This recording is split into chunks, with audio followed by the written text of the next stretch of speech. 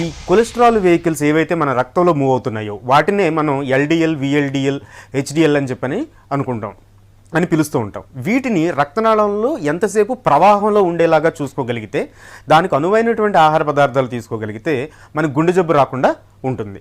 So చాలా మందిలో మీరు గమనించే ఉంటారు, వాళ్ళు ఆరోగ్యంగా ఉంటారు, కొలెస్ట్రాల్ కూడా అదుపులోనే ఉంటుంది, రెగ్యులర్గా వ్యాయామం చేస్తూ ఉంటారు, కానీ వాళ్ళల్లో కూడా కొంతమందిలో గుండెపోటు వచ్చే అవకాశం ఉంది. దానికి కారణం ఏంటి అని అంటే వాళ్ళలో కొలెస్ట్రాల్ అధికంగా ఉండడం కాదు, ఈ కొలెస్ట్రాల్ అనేది ప్రవాహంలో ఉండకపోవడం. అంటే రక్తనాళాల గోడలకి అతుక్కుపోయి దాన్ని రక్షించేటువంటి మెకానిజం అంటే ఫ్రూట్స్, వెజిటబుల్స్, ఈ స్ట్రెస్ కంట్రోలు, లేదనంటే గ్రీన్ లీఫీ వెజిటబుల్స్ అనేవి సరైన మోతాదులో వాళ్ళ ఆహారం తీసుకోకపోవడం ద్వారా.